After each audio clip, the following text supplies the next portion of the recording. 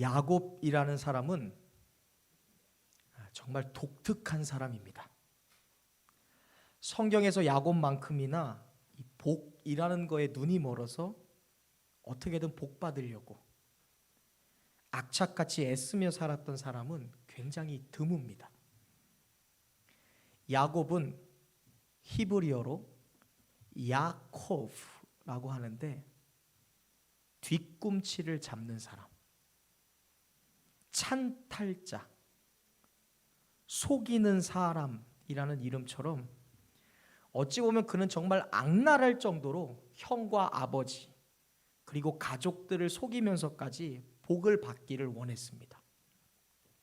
하지만 정작 야곱의 삶을 이렇게 쭉 살펴보면 그의 삶은 복이 아니라 오히려 고난과 어려움의 연속이었습니다. 야곱의 인생에 어려움이 생겼던 이유는 단 하나, 사람들과의 틀어진 관계 때문이었습니다. 야곱은 눈 어두웠던 아버지 이삭을 속인 뒤에 아버지와의 관계가 틀어졌고 피난을 갔던 그리고 가서 만났던 외삼촌 라반과는 결국 좋지 않은 관계로 헤어지게 되었습니다. 무엇보다 야곱은 쌍둥이 형이었던 에서와는 정말 심각할 정도로 그 관계가 완전히 틀어져 버렸습니다. 그 이유는 야곱이 자신의 쌍둥이 친형에게 씻을 수 없는 큰 상처를 입혔기 때문입니다. 야곱과 에서는 한날 한시에 쌍둥이로 태어난 형제입니다. 그런데 야곱은 어려서부터 늘 형이 가졌던 형으로서의 권한과 형의 명분과 형이 누리는 특권을 탐냈습니다. 요즘은 좀 덜하지만 과거 우리네 가정이 8남매, 9남매를 낳았던 몇십 년 전만 해도 일반적인 가정에서 한 가정의 장남으로 태어났다는 것은 우리 민족에게 굉장히 중요한 일이었습니다. 장남은 그 가정의 희망으로 여겨졌습니다. 그래서 어려운 살림살이 중에도 장남을 서울로 유학 보내서 대학까지 가르치고 공부를 시키기도 했죠. 다른 자녀들은 다 고무신 신고 옷 물려받는데 장남만은 운동화 신기고 새 옷을 사 입혔습니다. 그만큼 장남이 가정의 유일한 희망이었기 때문에 그래요. 마찬가지로 구약시대의 이 이스라엘에서 한 가문에 처음 태어난 장남이 되었다는 것은 그 즉시 특별한 권한을 부여받게 됩니다. 그 권한이라는 것은 소위 말하는 장자권이라는 것입니다. 장자권은 쉽게 말해서 세 가지의 특권을 나타냅니다. 첫 번째는 다른 아들들보다 2배 몫의 아버지의 유산을 상속받는 일입니다. 차남이나 그 아래에 있는 동생보다 딱 2배의 몫을, 그 이상의 몫을 유산으로 받는 특권.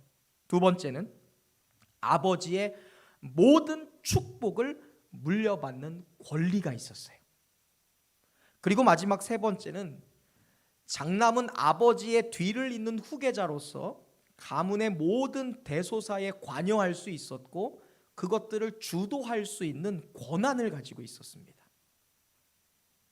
이처럼 성경에서 장자라는 것은 아버지의 으뜸과는 영광이자 어찌 보면 아버지와 대등한 아버지의 뒤를 이어야 되는 그 가정의 기둥이었습니다. 그런데 동생으로 태어난 야곱은 시시탐탐 이 형의 장자권을 탐냈어요. 그러던 어느 날 이 야곱이 사냥을 마치고 돌아온 배고픈 형을 꼬드겨서 팥죽 한 그릇과 형의 장자권을 뒤바꿔 버리는 일이 일어나게 됩니다. 그 내용을 창세기 25장이 기록하고 있는데 한번 집에 가셔서 창세기 25장을 형의 장자권을 탐냈던 야곱의 입장이 아니라 야곱에게 속아서 장자권을 빼앗긴 형의 입장에서 창세기 25장을 읽어보면 정말 기가 막혀요. 야곱의 행동에 악랄함이라는 것을 느끼게 됩니다. 아버지가 좋아하는 고기를 잡기 위해 에서는 하루 종일 사냥을 하고 집에 돌아옵니다. 그러다가 죽을 쓰고 있는 동생을 봐요. 배고플 때 요리하니까 얼마나 더 배고프겠어요. 그래서 야곱이 동생에게 말합니다. 나 배고픈데 그거 죽 한 그릇만 좀 줘. 성윤아, 라면을 끓여 먹고 있는데 형이 오더니 야 맛있겠다, 형 한 입만 줘 하면 성윤이 어떻게 할 거예요? 네 일은 네가 알아서 하세요. 이거는 내가 좋아하는 진라면이야. 형 안 먹잖아. 형 오동통면 먹잖아. 형 거 끓여 먹어 할 거예요? 형이 너무 배가 고픈 거야. 그런 모습을 보면 보통 안쓰러워해야 하는데 야곱은 형을 안쓰러워하기는커녕 자기 욕심 챙기기에 혈안이 되어 있습니다. 에서는 그때까지만 해도 쌍둥이 동생의 짓궂은 장난인 줄로만 알았어요. 하지만 성경에 나오는 야곱은 진심입니다. 창세기 25장 31절 이하에 보면 야곱이 형에게 무려 2번이나 맹세하라고 라고 얘기하면서 팥죽 한 그릇 줄 테니까 형의 장자권, 형의 권한을 바꿔버리자, 맹세해라고 이야기합니다. 그렇게 결국 야곱은 아무것도 아닌 팥죽 한 그릇과 형의 권리를 바꿔버려요. 형에게서 권리를 빼앗아 버린 겁니다. 그렇게 에서는 악랄한 야곱에게 속아서 장자권을 뺏기게 됩니다. 그렇게 시간이 지난 어느 날 돌이킬 수 없는 사건이 하나 터집니다. 임종을 앞둔 아버지가 장자인 형을 불러서 장자의 축복을 주려 한다는 소식을 듣게 된 야곱이 어머니와 작당을 해서 음모를 꾸미는 겁니다. 그 음모는 형이 잠깐 집을 출타한 사이, 그 사이를 틈타 형의 옷을 입고 형처럼 분장을 하고 형인 척 눈 어두운 아버지를 속이고 들어가 형 대신에 형이 받아야 될 장자의 축복, 후계자의 축복을 가로채는 일이었어요. 장자의 축복이라는 것은 그 옛날 아버지가 아들을 향해 선 다음에 하늘을 향해 두 손을 높이 들고 행해졌던 일입니다. 아들이 아니라 하늘을 향해 손을 높이 들었다라는 것은 지금부터 내가 너에게 진행하는 축복의 출처가 내가 아닌 하나님이심을 나타내는 상징적 태도였어요. 자, 지금부터 내가 하는 축복은 내가 아니라 하나님의 권한으로 너에게 주는 거야. 그러므로 한 가문의 대표이자 족장인 아버지가 아버지의 입술을 통해 선포된 공식적인 축복이라는 것은 신적인 권위를 가진 거기 때문에 그 말 자체로 효력이 있는 것입니다. 그래서 그 말을 듣고 그 말을 통해 축복을 받은 사람에게 유효한 것, 그것이 후계자의 축복입니다. 특별히 이삭이 아들에게 한 축복이라는 것은요, 과거 이삭의 아버지였던 아브라함, 하나님이 아브라함에게 주셨던 그 축복의 약속을 이삭이 이제 자기가 아닌 그 아들에게 이어주는, 그러니까 전달자로서 행하는 것이었기 때문에 이삭이 한 번 축복한 내용은 다시는 번복할 수도 없고 취소할 수도 없는 내용이었습니다. 그것을 누가? 야곱이 가로챈 거예요. 결국 이 사건으로 말미암아 큰 사단이 납니다. 집에 돌아온 에서가 이 사실을 알고 완전히 꼭지가 돌아버렸어요. 과거 자기를 속여서 장자권을 빼앗았던 야곱이 이제는 아버지까지 속여서 후계자의 축복을 가로챈 것을 알고는 분노한 에서가 야곱을 죽이려 들어요. 그러자 놀란 어머니 리브가가 급히 자기가 그렇게 좋아했던 야곱을 자기의 고향으로 피신시켜 버립니다. 가만히 뒀다간 형이 동생을 죽일 것 같은 거예요. 그러니까 아끼는 작은 아들을 도망쳐버리게 피신시켜 버리는 거예요. 그렇게 야곱은 형 에서와의 관계 문제를 해결하지 못하고 부엘세바에서 800km가 떨어진 밧단 아람에 살고 있었던 삼촌 라반의 집으로 도피하게 됩니다. 그 이후로 리브가는 아들을 보지 못했어요. 이 일은 누구보다도 에서라는 사람에게 씻을 수 없는 상처가 됐습니다. 과거 그렇게 자신을 좋아했던 아버지는 이 축복 사건 이후로 야곱을 편애하고 에서를 거들떠보지도 않습니다. 그동안은 내 아들, 큰아들, 내 장남, 내 장자였는데 그 장자, 후계자의 축복권이 이삭에게 가니까 더 이상 마음이 에서에게 있는 것이 아니라 나의 후계자가 될 야곱에게 아버지의 마음이 가버리는 거예요. 이미 아들은 떠났는데도. 야곱이 떠난 뒤 집에 홀로 남겨진 에서는 점점 홀대받기 시작했습니다. 그러던 어느 날 아버지가 자기가 가나안의 헷 족속의 여인들을 아내로 삼았던 것을 굉장히 싫어하고 계신다는 것을 알게 되었어요. 내가 아버지가 원하지 않은 이방 여인들을 아내로 삼았기 때문에 내가 축복받지 못했나 보다. 아버지가 나를 거부하는구나 라고 생각했던 야곱은 어떻게 해서든 에서는 아버지의 마음을 돌이키고 싶었어요. 그래서 아버지의 동생인 이스마엘이라는 삼촌을 찾아가서 큰 아버지를 찾아가서 그의 딸들을 자신의 새로운 아내로 삼습니다. 그런데 이게 아버지의 마음을 더 괴롭게 했어요. 왜냐하면 이스마엘이라는 큰 아버지는 아버지 이삭의 배다른 동생이자 어린 시절 아버지를 그렇게 학대하고 괴롭힌 일로 말미암아 할아버지였던 아브라함에게 쫓겨서 버림받았던 그러한 원수 같은 형제였기 때문에 그래요. 그런 원수 같은 큰아버지의 딸들을 아내로 맞아서 데리고 왔으니 아버지가 좋아할 일이 없죠. 게다가 늙은 아버지는 후계자가 된 야곱 이야기를 매일같이 하시고요. 어머니도 매일같이 그렇게 편애하던 야곱을 보고 싶다고 매일 노래를 부릅니다. 집은 떠났지만 야곱은 여전히 에서의 마음속에 문신처럼 남아서 지울 수 없는 깊은 상처라는 것을 입혔습니다. 그날 야곱이 내게 내밀었던 팥죽 한 그릇, 그거 먹지 않았으면 어땠을까? 그 음흉하고 악랄한 동생이 내밀었던 그 팥죽 한 그릇 안 먹었어야 되는데. 그날 내가 사냥하러 가지 않고 그냥 아버지 옆에 붙어 있었더라면 내가 후계자의 축복을 자연스럽게 받았을 텐데 얼마나 가슴을 쳤을까요? 야곱이 에서에게서 빼앗아 간 것은 장자권만이 아닙니다. 에서의 전 인생 전부를 그 동생이 빼앗아 버린 거예요. 내가 복 받을 거야, 복은 나의 것이야 라고 했던 그 행동이 결국 사랑하는 사람, 나의 가족에게 커다란 상처를 입힌 것입니다. 그런데 문제는 야곱이 형 에서에게 준 상처를 해결하지 못하고 도망 나왔다는 거예요. 그렇게 헤어진 지 형제들은 20년의 시간이 흐릅니다.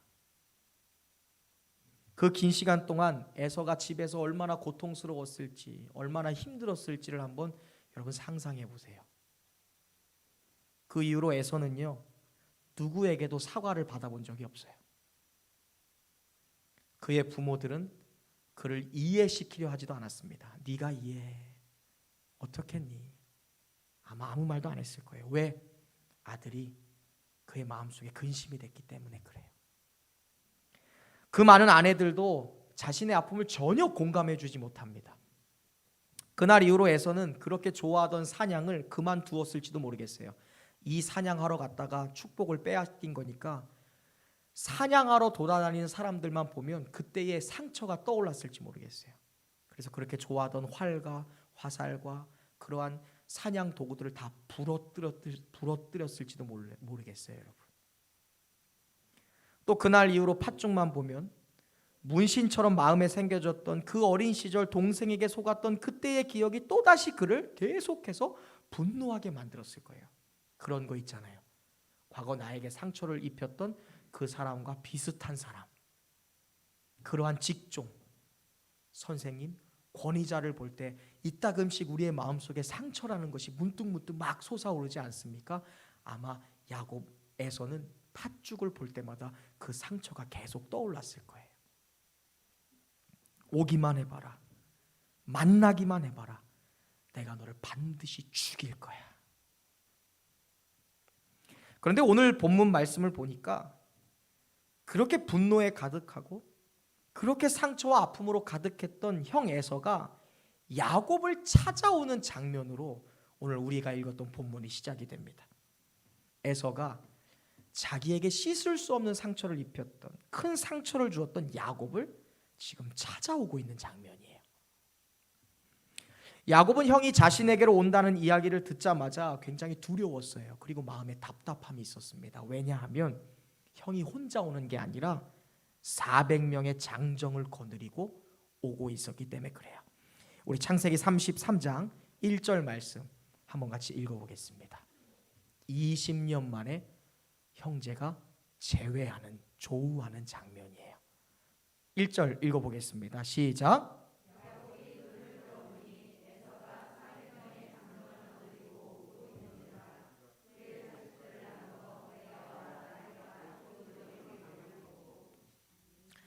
고대 사회에서 족장이 400명의 장정을 거느렸다라는 것은요, 누가 보더라도 지난 날에 대한 상처와 아픔, 그것에 대한 처절한 보복을 가하기 위한 출정이에요. 군사적인 출정. 누가 보더라도 20년이나 흐른 오랜 시간임에도 불구하고 우리는 에서가 그때의 뼈저린 원한을 잊지 않고 있다는 것을 400명의 군사를 대동하고 동생을 만나러 오고 있다라는 장면을 통해 유추해 볼 수 있어요.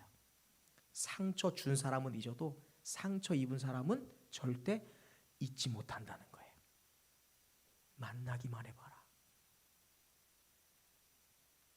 하지만 결론적으로 말씀드리겠습니다. 오늘 본문은 해피엔딩으로 끝나요.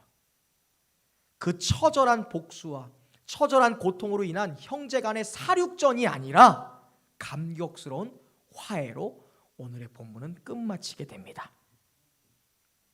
서로가 서로를 부둥켜 안았습니다. 서로가 뜨거운 눈물을 흘렸습니다.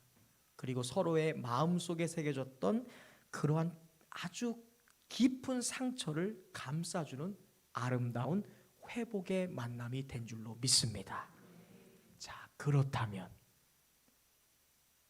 과연 이러한 놀라운 역사는 어떻게 이루어진 것일까?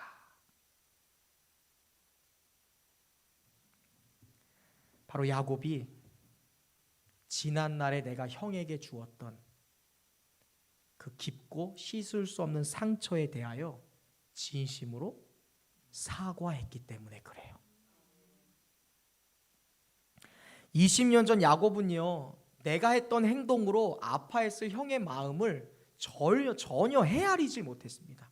그냥 내 욕심, 내가 하고 싶은 대로, 내가 원하는 대로, 내 마음이 가는 대로 그냥 행동했을 뿐이에요. 그게 형에게 어떤 상처를 줄지를 절대 생각하지 못했어요.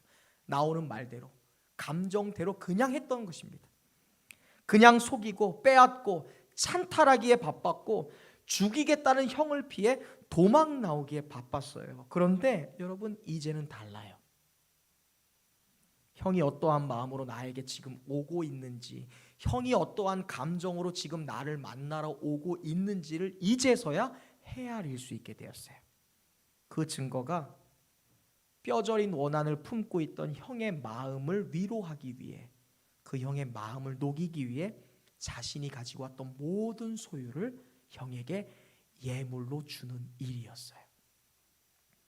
창세기 32장 오늘 본문 앞장에 보면 야곱은 형이 400명의 군사를 대동하고 나에게 오고 있다는 소식을 듣자마자 자기가 가지고 왔던 이 모든 동물들을 나누기 시작합니다. 그 동물들은 200마리의 암염소, 20마리의 숫염소, 200마리의 암양, 20마리의 순양, 그리고 수없이 많은 낙타와 암소와 황소와 암나귀 등 자기가 가지고 있는 모든 동물들을 때로 나눈 뒤에 차례대로 형에게 예물로 드려요. 자기를 만나기 전에 자꾸 이렇게 그룹들을 지어 보낸 그 예물들을 보면서 형이 마음을 녹이기 위하여. 왜 그렇게 했냐? 32장 20절에 보면 그런 말씀이 있습니다. 우리 32장 20절 말씀 한번 찾아볼까요? 바로 성경책에 있으니까요. 읽어봅시다. 시작. 또 너희는 말하기를 주의 종 야곱이 우리 뒤에 있다 하라 하니 이는 야곱이 말하기를 내가 내 앞에 보내는 예물로 형의 감정을 푼 후에 대면하면 형이 혹시 나를 받아주리라 함이었더라. 여러분, 이것은요 뇌물이 아니에요. 야곱이 드디어 형 에서의 마음을 헤아리게 되었다라는 증거예요.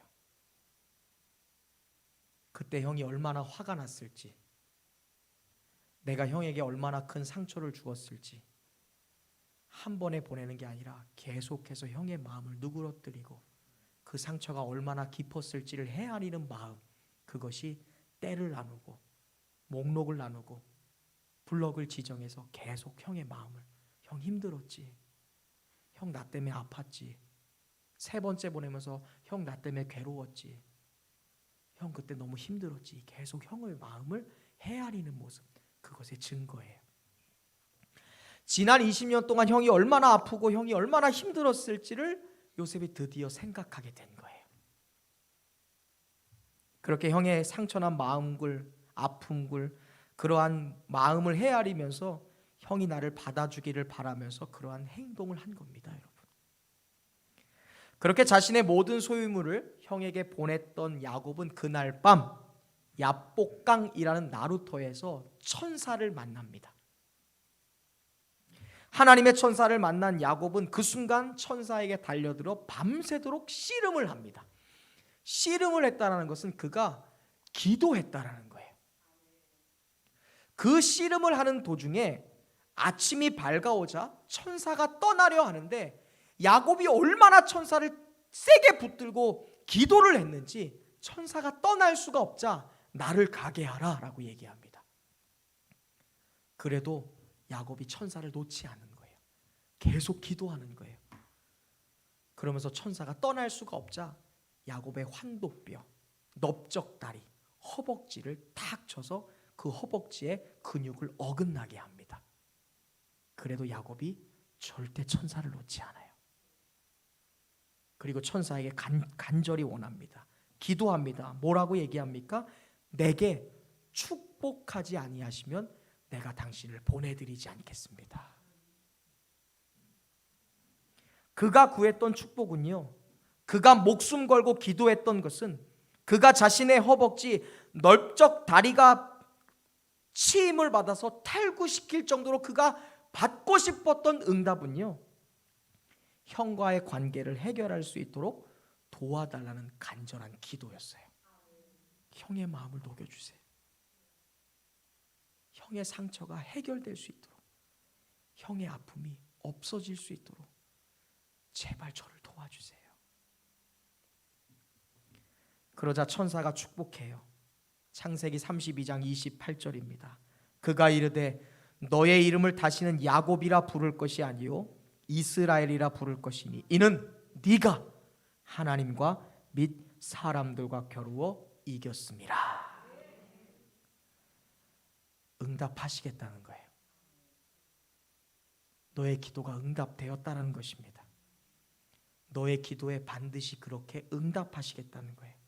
뼈저린 원한을 품고 복수심에 불탄 형의 마음을 반드시 녹일 것이고 그가 너를 용납하고 용서할 수 있도록 내가 그의 마음을 돌려놓겠다라고 말씀하신 거예요. 그리고 다음날 아침에 되어 드디어 야곱과 에서는 극적인 만남을 하게 됩니다. 야곱이 형을 만났을 때 그 모습을 한번 상상해 보세요. 지금 야곱은 밤새도록 천사와 씨름하고 천사가 그의 넓적다리, 허벅다리를 쳐서 그의 다리가 탈구된 상태입니다. 걸어갈 수조차 없었을 거예요. 아마 절뚝절뚝 거리면서 겨우겨우 한 걸음 한 걸음을 옮겼겠죠. 그렇게 욕심 많았던 야곱 인생의 가장 처절한 모습으로 지금 형에게 나아오고 있는 장면, 그걸 지금 에서는 멀리에서 보고 있는 거예요. 그런데 오늘 본문 3절에 보니까요, 그러한 야곱이 멀리서부터 오는 형을 보면서 굉장히 특이한 행동을 합니다. 3절 말씀 한번 같이 읽어볼까요? 멀리 다가오는 형을 보면서 야곱이 굉장히 특이한 행동을 해요. 33장 3절 읽어보겠습니다. 시작.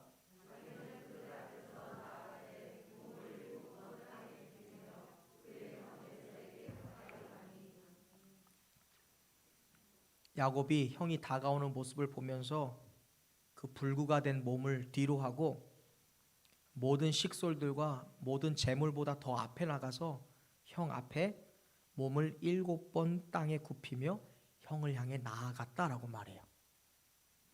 이러한 야곱의 행동은 자신의 머리가 땅에 닿도록 깊이 숙여서 절하는 고대의 인사를 나타내는 거예요. 머리가 땅에 부딪힐 정도로 엎드리는 항복의 표시, 존경의 표시, 인사하는 거예요. 이것은요, 위선이 아니고요, 술수도 아니에요.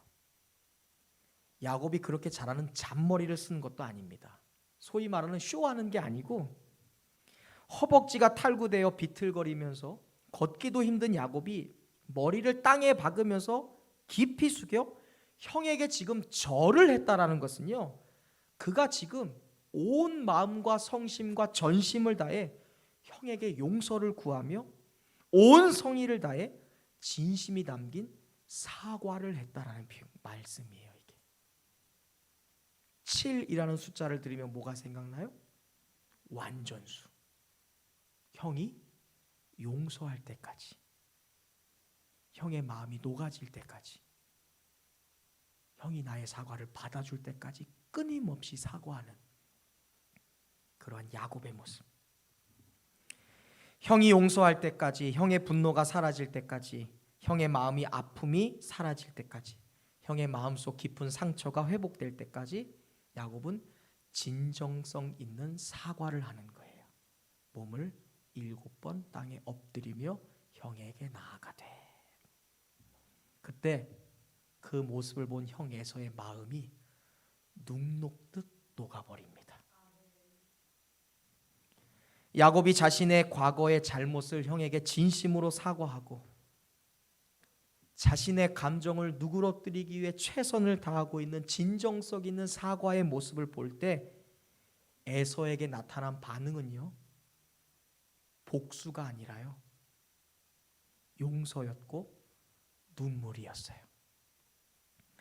이제 에서는 야곱을 치려 들고 왔던 칼을 내려놓습니다. 그리고 쓰러져 있는 야곱에게로 달려온 후 두 팔을 벌려서 자신의 아우를 끊어 안았어요. 그 순간 형제들은 목을 어긋하여 끌어안고 서로 입을 맞추며 눈물을 흘리며 서로 사과하고 용서하고 화해하는 놀라운 광경을 오늘 우리에게 보여주고 있습니다. 하나님이 정말 약속하신 대로 형의 마음속에 가득했던 분노와 복수심, 그리고 상처와 아픔, 문신처럼 깊게 새겨진 원한 때문에 가득했던 에서의 마음을 녹이셨고 그의 마음을 바꾸신 거예요. 그렇게 하나님은 야곱에게는 진심 어린 사과를 하게 하셨고 에서에게는 그 진심 어린 사과를 긍휼히 여김으로 용서하게 하심으로 20년간의 상처와 아픔을 용서와 화해로 바꾸어 놓으신 분이십니다. 사과는 과거를 풀고 용서는 미래를 연다라는 말이 있습니다. 사과는 어두웠던 과거를 해결하는 것이고 용서하는 것은 미래를 새롭게 만든다는 것이죠. 무엇보다 우리가 사과하고 용서하는 일은 성경이 말하는 평화를 만드는 출발점입니다. 그래서 성경은 끊임없이 우리에게 서로의 죄를 사과하고 서로의 죄를 그에게 용서를 구하며 자신의 실수와 과오를 고백하는 것이 얼마나 중요한지를 계속 말씀하고 계세요. 왜냐하면 에서와 야곱만이 상처와 아픔을 가지고 사는 것이 아니기 때문입니다. 상처라는 것은 사실 먼 관계가 아니라 가까운 사람들, 가까운 사이에서 더 크게 받는 거예요. 내게 정말 소중한 사람, 정말 나에게 중요한 사람, 나와 늘 함께하는 사람, 나와 너무나 많이 닮아 있는 사람, 그래서 나와 가까운 사람에게 받은 상처는 정말 씻을 수 없이 깊게 새겨져서 아물지를 않아요. 그래서 한 가정에서 오랫동안 함께 살다 보면, 한 교회에서 오랫동안 함께 믿음 생활하다 보면, 한 직장에서 함께 열심히 같이 일하다 보면 남모를 상처와 아픔과 뼈저린 원한이 나도 모르게 내 마음속에 생길 때가 있어요. 몸 밖에 상처라도 나면 그거의 위중함이라는 걸 알 수 있죠. 그 상태를 보면서 치유할 수 있는데, 마음속에 생긴 상처는요, 그 상처가 얼마나 크고 위중한지를 상처를 준 사람도 모르고 더군다나 상처를 받은 나도 알지 못해요. 그래서 가까운 사람에게 받은 아픔과 상처가 우리 마음속에 이 응어리가 져서 해결되지 못하는 거예요. 문제는 오늘 우리 주위에도 눈에 보이지 않는 상처와 아픔으로 신음하고 있는 사람들이 너무너무 많다라는 것이죠. 마음에 들지 않으면 순간 폭군이 되는 남편, 그리고 쏘아붙이는 말과 욕설, 술만 마시면 험악하게 변하는 아빠의 행동, 그리고 나에게 손찌검했던 그 기억. 이혼해. 당신이 나에게 해준 게 뭐 있는데? 당신 만나서 내 인생 다 버렸어. 이제 더 이상 당신을 믿을 수 없어. 당신이 이제까지 성공한 게 뭐 있는데? 다 실패했잖아. 나는 당신을 믿지 않아. 그렇게 말했던 아내의 한마디 말 때문에, 도대체 너는 할 줄 아는 게 뭐냐? 넌 그거밖에 못해? 라고 말했던 아빠의 말 때문에, 너 태어난 후로 되는 일이 하나도 없어 라고 말하는 엄마의 말 때문에, 손에 잡히는 대로 부수고 던지며 세상 끝날 것처럼 싸웠던 부모님의 부부싸움의 모습 때문에, 늘 다른 형제와 나를 비교하고 딸이라고 무시했던 부모 형제들의 모습 때문에, 엄마가 해준 게 뭐 있는데? 그렇게 말하며 부모 가슴에 대못을 받고, 내가 태어나고 싶어서 태어났어? 나 낳았으면 자기가 책임져야지. 엄마 아빠가 창피해. 모르면 그냥 가만히나 계세요. 그렇게 말한 자녀들 때문에, 그렇게 우리는 가까운 사람들에게서 주고 받은 그 상처가 여전히 해결되지 못하고 우리 마음속에 남아 있어서 이따금씩 아파하고 괴로워하는 거예요. 그래서 오늘 에서와 야곱의 극적인 화해가 우리에게 소망으로 다가오는 것입니다. 그래서 한 집에 살고 있지만 우리는 세상 누구보다도 가장 많이 닮아 있고 세상 누구보다도 나를 가장 잘 아는 사람임에도 불구하고, 나의 아내는요, 알게 모르게 나로 인하여 받은 상처로 내 남편은 나의 말과 무시하고 존경하지 않고 내 남편을 홀대하는 그 태도와 그 눈빛 때문에 나의 자녀와 나의 부모도 여전히 내게 준 상처로 말미암아 몸과 마음의 건강이 무너져 가고 있다는 것 여러분 알고 계세요? 나의 자녀들도 내가 준 상처로 그 영혼이 골마서 신음하고 있어요. 성은아, 너 혹시 그거 알아?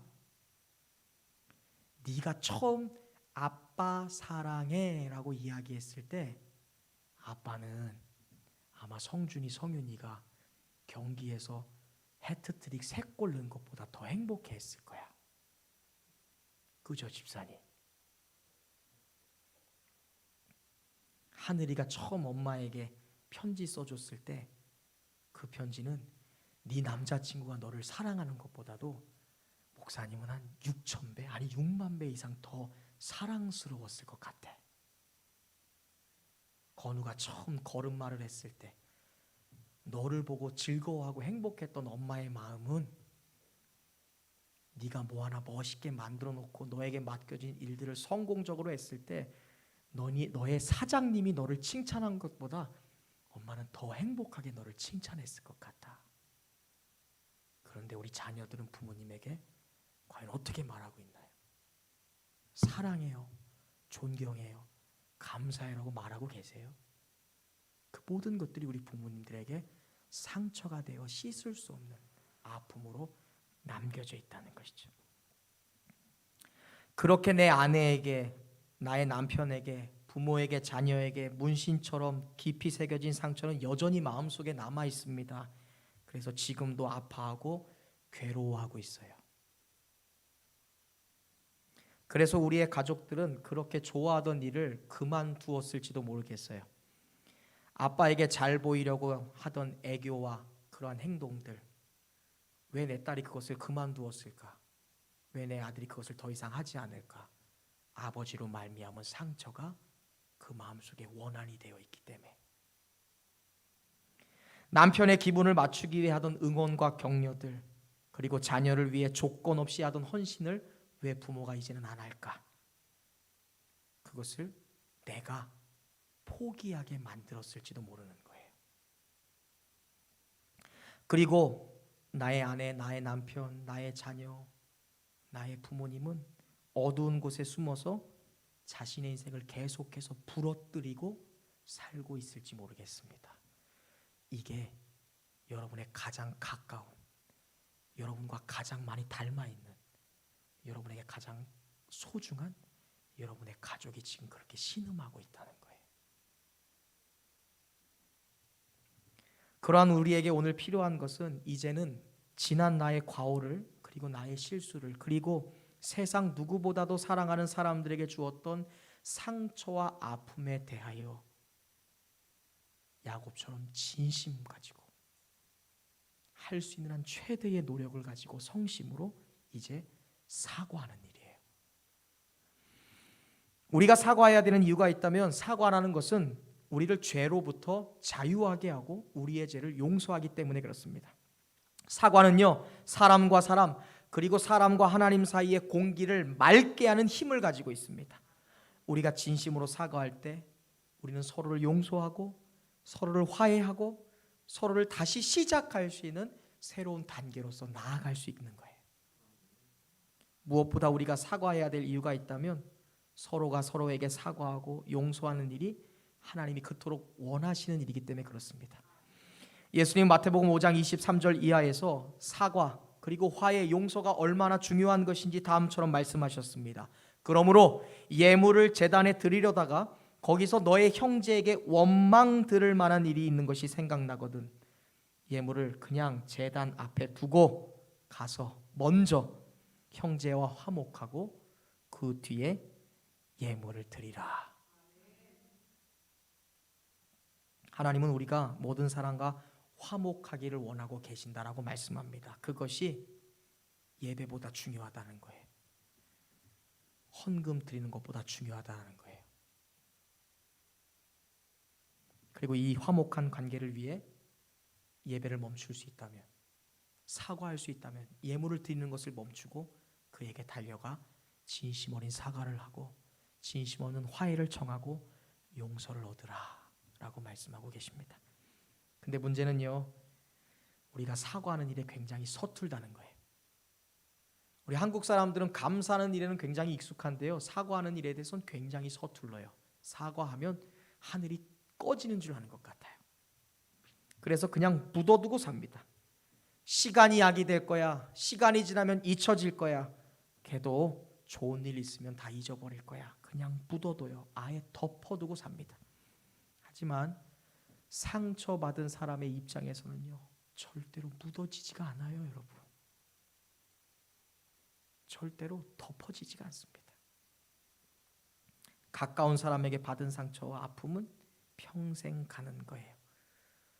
그래서 여러분, 우리는 반드시 빨리 사과해야 돼요. 사과를 통해 나의 죄를 고백하고 진정한 용서를 통해 우리의 가정에서, 그리고 우리의 직장에서, 우리의 교회에서, 사랑하는 사람과의 관계 속에서 그 죄와 아픔과 상처가 아름답게 치유되고 해결되는 것을 우리는 반드시 경험해야 합니다. 그래서 저는 오늘 며칠이죠? 10월 24일. 세상에서는 이 날을 사과데이라고 합니다. 10월 사과 향기 가득한 계절에 이 둘이서 사과하는 날 10월 24일 둘이 사과하는 날 사과 향기 그윽한 계절에 이 사과 데이를 빌어서 여러분들에게 사과를 전하고 용서받을 수 있는 그 절대적 기회를 그냥 선물처럼 드리고 싶어요. 그래서 뒤에 보시면 이렇게 준비했어요.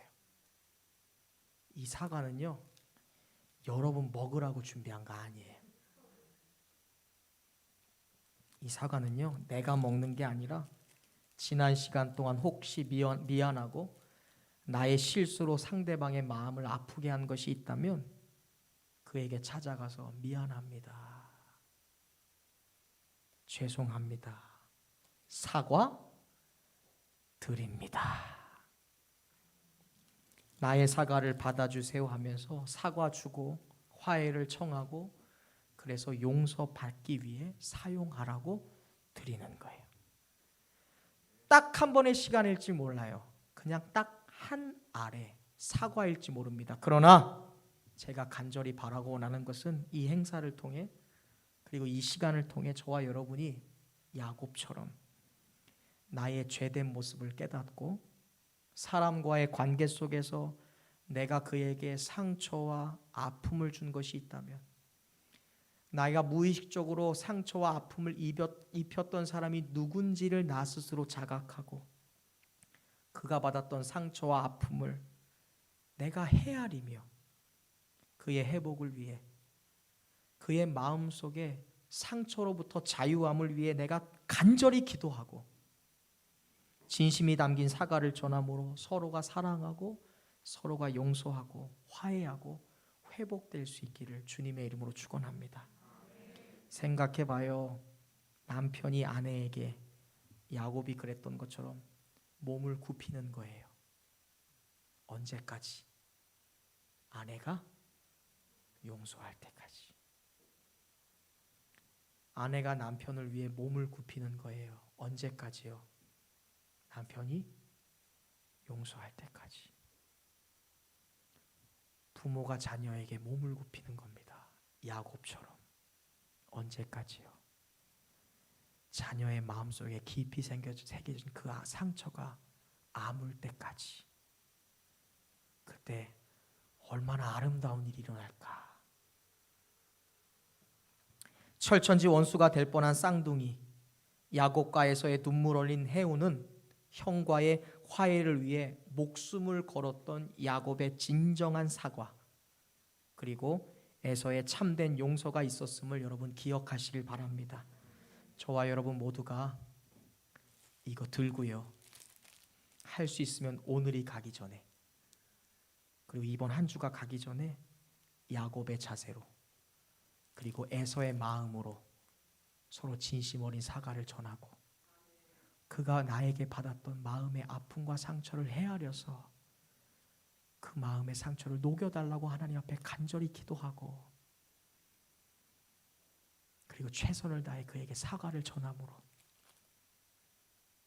깨어졌던 관계, 어긋났던 관계가 회복되고 그러한 아픔의 과거를 풀고 새로운 시작의 미래를 여는 저와 여러분의 삶이 되시기를 주님의 이름으로 축원합니다.